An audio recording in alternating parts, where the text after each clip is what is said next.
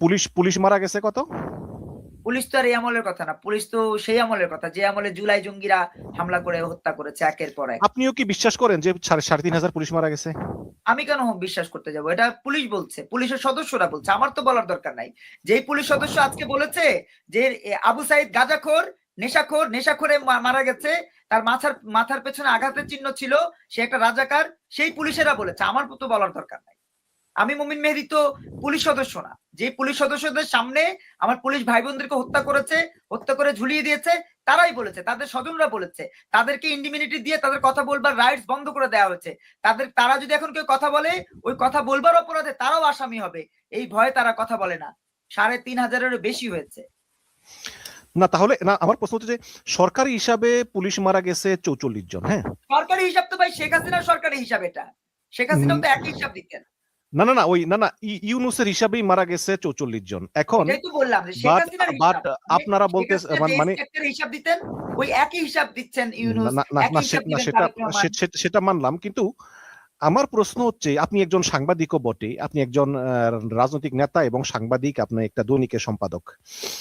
এখন যদি 3,500 মারা গিয়ে থাকে পুলিশ সদস্য, তাদের কোনো আত্মীয় স্বজন নাই যে একজন এসে বলবে যে আমার স্বামীর লাশ আমি পাচ্ছি না, এবং যে 43 জন বা 44 জন পুলিশ সদস্যের তালিকা আছে সেখানে আমার স্বামীর বা আমার ছেলের নাম নাই?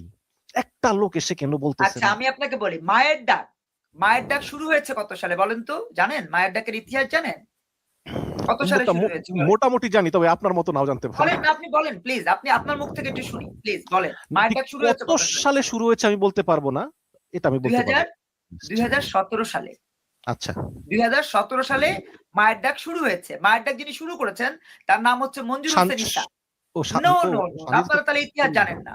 মঞ্জুর হোসেন ঈসা শুরু করেছেন। মঞ্জুর হোসেন ঈসা তিনি তার পকেটের টাকা খরচ করে এটা প্রথম প্রোগ্রামটা করেছিলেন। এরপরে তিনি আর প্রোগ্রাম করতে পারছিলেন না, কারণ তার আয় ইনকাম বেশি না। তিনি তখন সানজিদা ইসলাম তুলিকে বলেছিলেন যে বাবা ব্যানারের টাকাটা একটু খরচ করে দেন আর একটু হল ভাড়াটা করে দেন। সানজিদা ইসলাম তুলি ওই ব্যানারের টাকা এবং হল ভাড়াটা দিয়েছেন, ওই সুবাদে তিনি এটাকে কবজা করেছেন এবং তারপরে তিনি নেতৃত্বে এসেছেন। কিন্তু এটার মূল ফাউন্ডার হচ্ছে মঞ্জুর হোসেন ঈসা। 2017 সালে তিনি এটা শুরু করেছেন। এবং আমি 2018 সালে যখন গুম হওয়ার পরে মঞ্জুর হোসেন ঈসা, আমি ফেরত আসার পরে হাসপাতাল থেকে যখন আমাকে রিলিজ করে, তিনি দেখতে এসেছিলেন আমার বাসায়, তখন তিনি বলেছিলেন যে ভাই আমরা গত বছর থেকে শুরু করলাম, আপনি আমাদের আপনি ঘুমিয়েছিলেন? হ্যাঁ, 2018 সালের 15 মার্চ। 18 সালের 15ই মার্চ। কারা গুম করেছিল? কারা? এর আগে আমি অনেকবার বলেছি যে গোয়েন্দা সংস্থাই করেছে, কারণ গোয়েন্দা সংস্থার কাছে তথ্য ছিল যে আমি ভারতের টাকায় রাজনীতি করি। গোয়েন্দা সংস্থার কাছে তথ্য ছিল যে আমি ভারতের টাকায় রাজনীতি করি।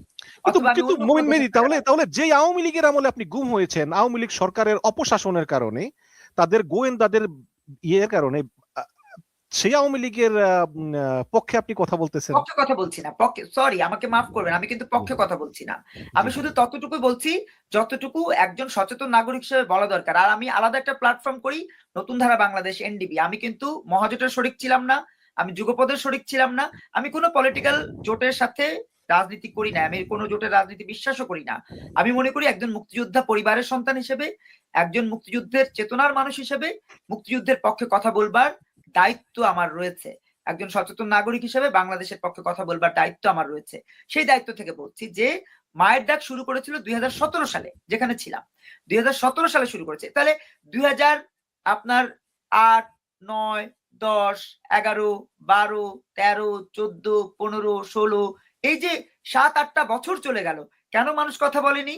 কারণ ওই সময় এমন একটা পরিস্থিতি ছিল, ভয়ের রাজত্ব নির্মাণ করা ছিল, যে কেউ কথা বলতেই ভয় পাচ্ছিল। তখন মঞ্জুর হোসেন ঈসার মতো একজন মানুষ চিন্তা করেছে না, কথা বলতে হবে। তিনি তখন কি করলেন? ডিফারেন্ট পলিসিতে গেলেন। তিনি বিভিন্ন সংগঠনের ব্যানারে যেতে পারতেন, কিন্তু কোন সংগঠনের ব্যানার না গিয়ে মায়ের ডাক করেছেন, এই কারণে যে মায়ের ডাক বললে, আর যাই হোক পুলিশ চিন্তা করলো যে মায়ের ডাক, আচ্ছা ঠিক আছে দাঁড়াক। তো পুলিশ ওই সময় এইভাবেই এই পলিসিতে দাঁড়াতে দিত। মায়ের ডাক বললে প্রেস ক্লাবের সামনে দাঁড়াতে দিত, মায়ের ডাক নিয়ে কথা বলে, আচ্ছা বলুক না।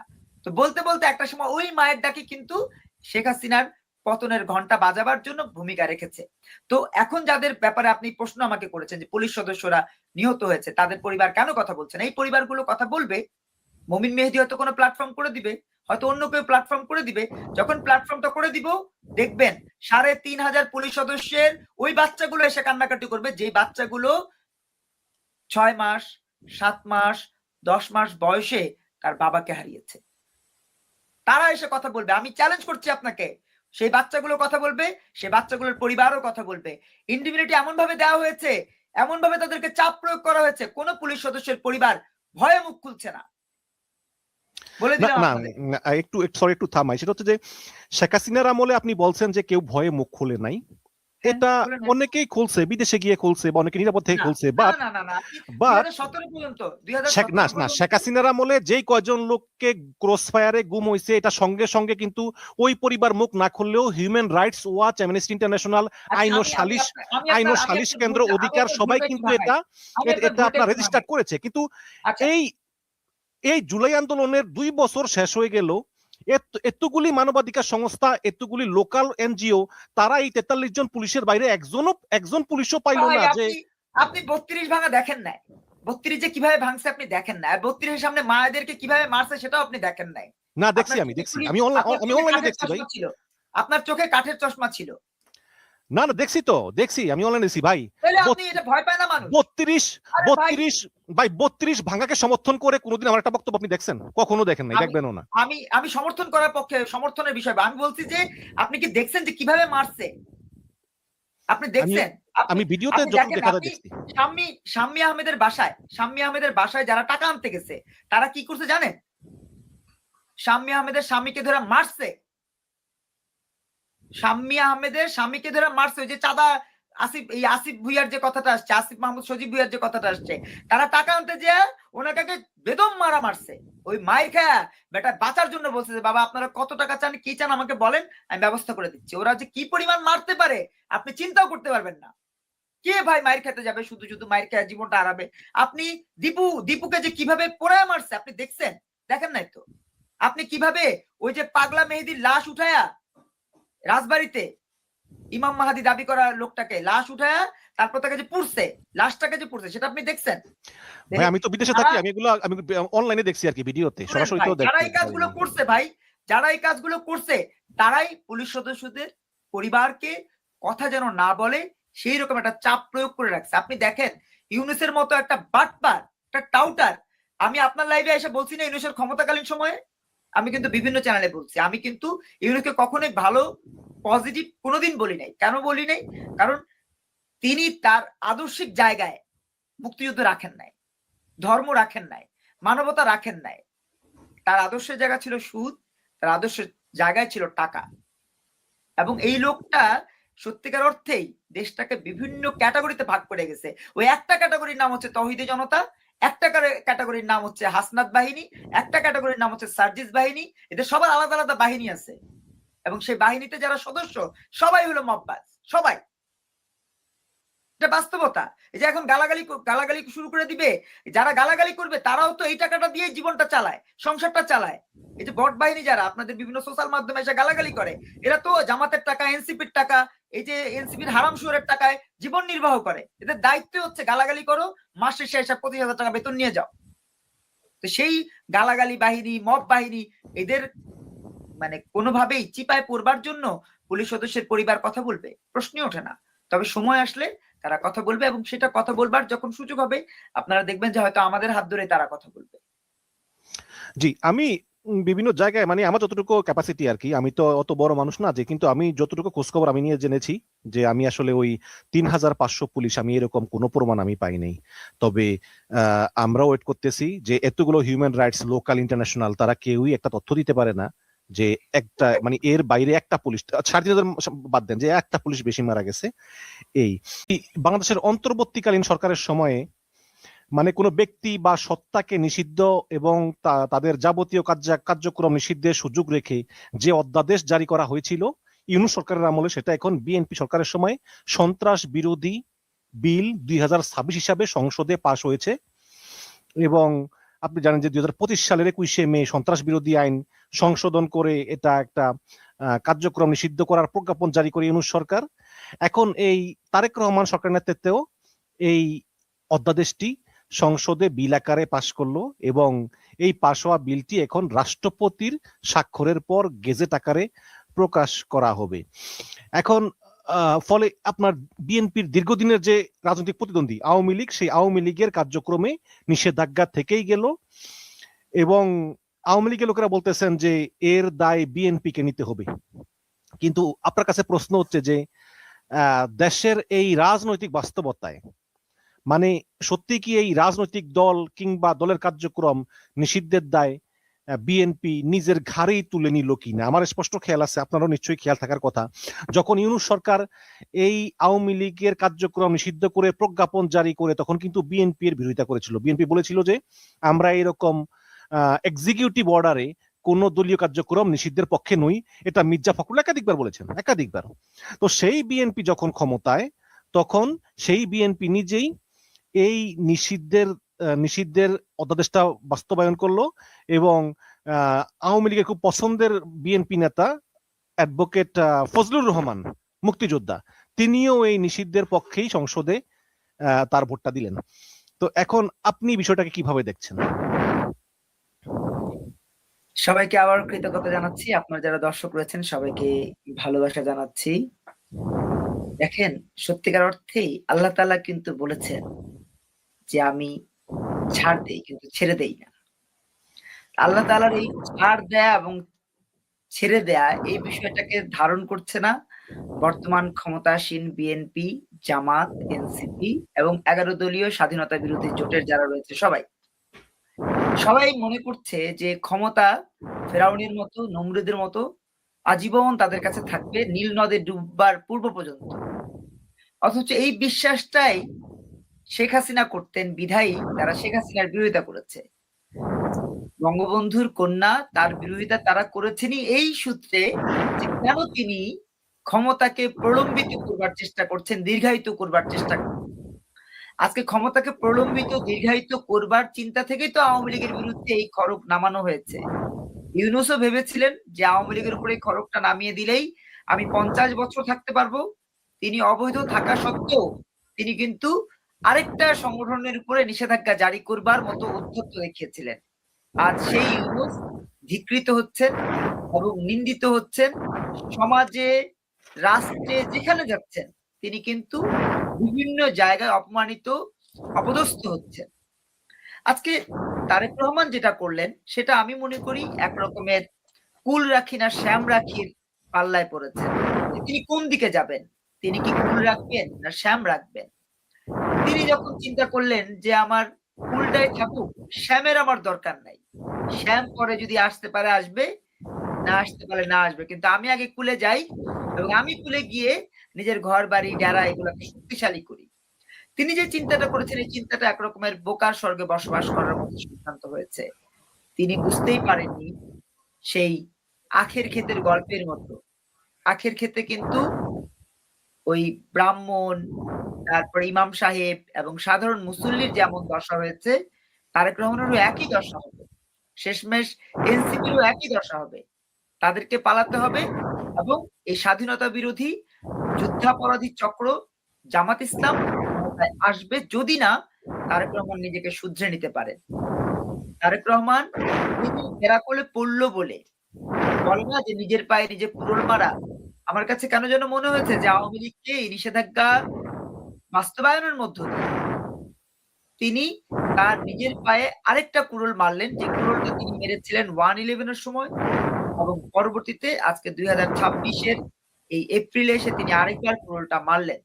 এবং এই যে কুড়োল মারলেন, আগামী 2 মাসের মধ্যে জামাত ইসলাম এবং স্বাধীনতা বিরোধী এই 11 দলীয় জোট কিন্তু মধ্যবর্তী নির্বাচনের দাবিতে তারা রাস্তায় নামবে। তখন এই তারেক রহমান কাকে পাবে পাশে? তখন তারেক রহমান কাউকে পাশে পাবে না। তিনি একজন মুক্তিযোদ্ধার সন্তান, সর্বোপরি স্বাধীনতার ঘোষক শহীদ প্রেসিডেন্ট জিয়াউর রহমানের সন্তান। আর উচিত ছিল গণতন্ত্রের সৌন্দর্যকে চিন্তা করে যারা গণহত্যাকারী তাদের বিষয়ে পদক্ষেপ নিয়ে মুক্তিযুদ্ধের পক্ষে এবং মুক্তিযুদ্ধ বাংলাদেশ স্বাধীনতা স্বাধিকারের যেই প্রথম এবং অন্যতম সংগঠন আওয়ামী লীগ, সেটির ব্যাপারে একটা ছাড়ের ব্যবস্থা তার করা উচিত ছিল, দেওয়া উচিত ছিল। এতে করে হতো কি, তিনি যে মুক্তিযোদ্ধার সন্তান সেটি প্রমাণিত হতো এবং তিনি গর্বিত হতে পারতেন। এই সিদ্ধান্ত যদি বাস্তবায়ন হয়ে যায়, রাষ্ট্রপতির চক্ষু যদি কোনোভাবে এটা স্বাক্ষর দিয়ে দেন, আর আওয়ামী লীগ যদি আলটিমেটলি লিখিতভাবে অফিসিয়ালি এটা নিষিদ্ধ প্রক্রিয়া চলে যায়, তাহলে সবচেয়ে বেশি ক্ষতিগ্রস্ত হবে বিএনপি, সবচেয়ে বেশি ক্ষতিগ্রস্ত হবে মির্জা ফখরুল ইসলাম আলমগীর, সবচেয়ে বেশি ক্ষতিগ্রস্ত হবেন তারেক রহমান। এ কথাটা ভুলে গেলে চলবে না, কারণ ইতিহাস সব সময় সাদাকে সাদা এবং কালোকে কালো বলে। জি, ধন্যবাদ। আপনি আপনার যে বক্তব্য দিয়েছেন সে বক্তব্যে আপনি ইউনূস সরকারকে অবৈধ সরকার বলতেছেন। এই ইউনূস সরকারকে অবৈধ সরকার বলার পেছনে আপনার যুক্তিটা কি? দেখেন, আমি কিন্তু আগেও বলেছি, আজকেও আবার বলছি যে বিপ্লব অভ্যুত্থান কিছু জুলাইতে হয়নি। জুলাইতে যেটা হয়েছে সেটা হচ্ছে কিছু ষড়যন্ত্রকারী শিক্ষার্থীকে লেলে পুষে এরা রাস্তায় নামিয়ে দিয়েছিল। দেশবিরোধী যুদ্ধাপরাধী চক্র জামাত ইসলাম এরা নামিয়েছিল এই কারণে যে তারা ৭১-এর প্রতিশোধটা নিতে চেয়েছিল। তো ৭১-এর প্রতিশোধ নেবার জন্য ওই প্রত্যয় থেকে তারা বিভিন্ন ভাগে বিভক্ত করে দিয়েছে।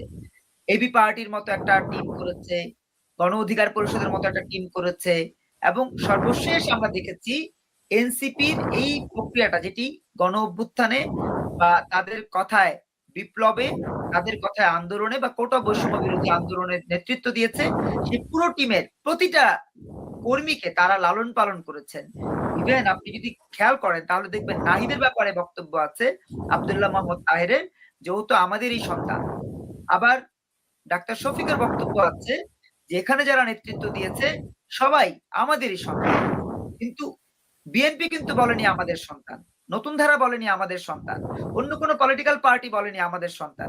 শুধুমাত্র জামাত এই যুদ্ধাপরাধী চক্রটাই বলেছে আমাদের সন্তান, কারণ তারা একটা যুদ্ধাপরাধী সমর্থক গোষ্ঠী তৈরি করেছিল সাদিক কায়েমের মাধ্যমে, নাহিদের মাধ্যমে, হাসনাতের মাধ্যমে, হান্নান মাসুদের মাধ্যমে, তারপরে হচ্ছে যে আক্তারের মাধ্যমে, সার্জিসের মাধ্যমে। এদের মাধ্যমে তারা মূলত একটা যুদ্ধাপরাধী চক্র তৈরি করেছে, যে যুদ্ধাপরাধী চক্রটা বাংলাদেশ চায়নি।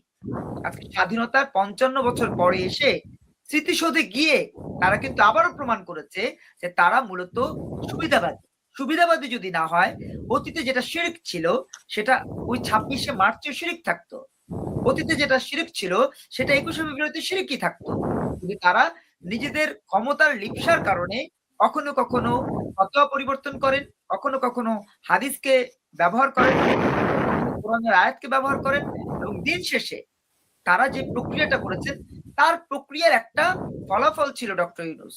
ডক্টর ইউনূস সরকারের, অন্তর্বর্তী সরকারের একটা মাত্র ভিত্তি ছিল, সেটা হচ্ছে সেনাবাহিনীর প্রধানের বক্তব্য অনুযায়ী জামাত এসেছে। এই জামাত যে এসেছে, সে জামাত চেয়েছে ডক্টর ইউনূস আসুক। আবার ইউনূস বিভিন্ন ভাবে জামাত মানে সেনাবাহিনীর প্রধান কখন বলছিল যে জামাত আসুক? প্রথম দিন ৫ই আগস্ট জামাত এসেছে। আজকে জামাতের আমির আমাদের এখানে না না এসে না না, উনি তো সকল দলকে ডেকেছেন, শুধু জামাতই না, সকল দলকে ডেকেছেন। আওয়ামী লীগ জামাতকে সবার আগে ডেকেছেন, এবং জামাতকে একটা না একটা দলকে তো আগে ডাকতেই হয়, তাই না? একটাকে ডাকতে যদি হয় তাহলে বিএনপিকে আগে ডাকবে। সংখ্যাগরিষ্ঠতার দিক থেকে, জনবান্ধবের দিক থেকে, জনসমর্থনের দিক থেকে বিএনপিকে আগে ডাকবে, জামাতকে না। জামাত তো বাংলাদেশের রাজনৈতিক করার মতো কোন রকম সুযোগই রাখে না, কোন রাইটস তার নাই। কারণ যে, যেমন আপনি আপনার এই যে হাউসটাতে আছেন, সেই হাউসটা আপনি পরিচালনা করেন।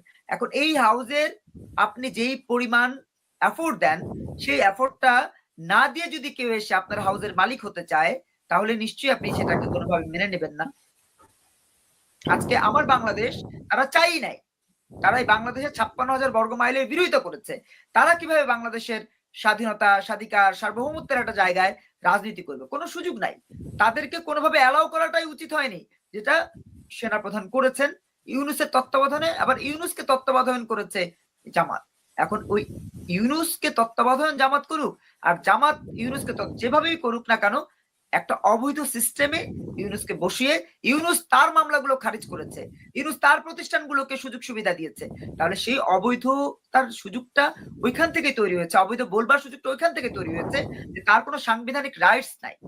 আর এটা কোনো বিপ্লব অভ্যুত্থান ছিল না। যেহেতু বিপ্লব অভ্যুত্থান ছিল না, এটা ষড়যন্ত্র ছিল। সেই ষড়যন্ত্রের ফলাফল হিসেবে অন্তর্বর্তী সরকারের আমরা দেখা মিলেছে, আমরা দেখেছি সেই সরকার কোনোভাবেই বৈধতা রাখেন না।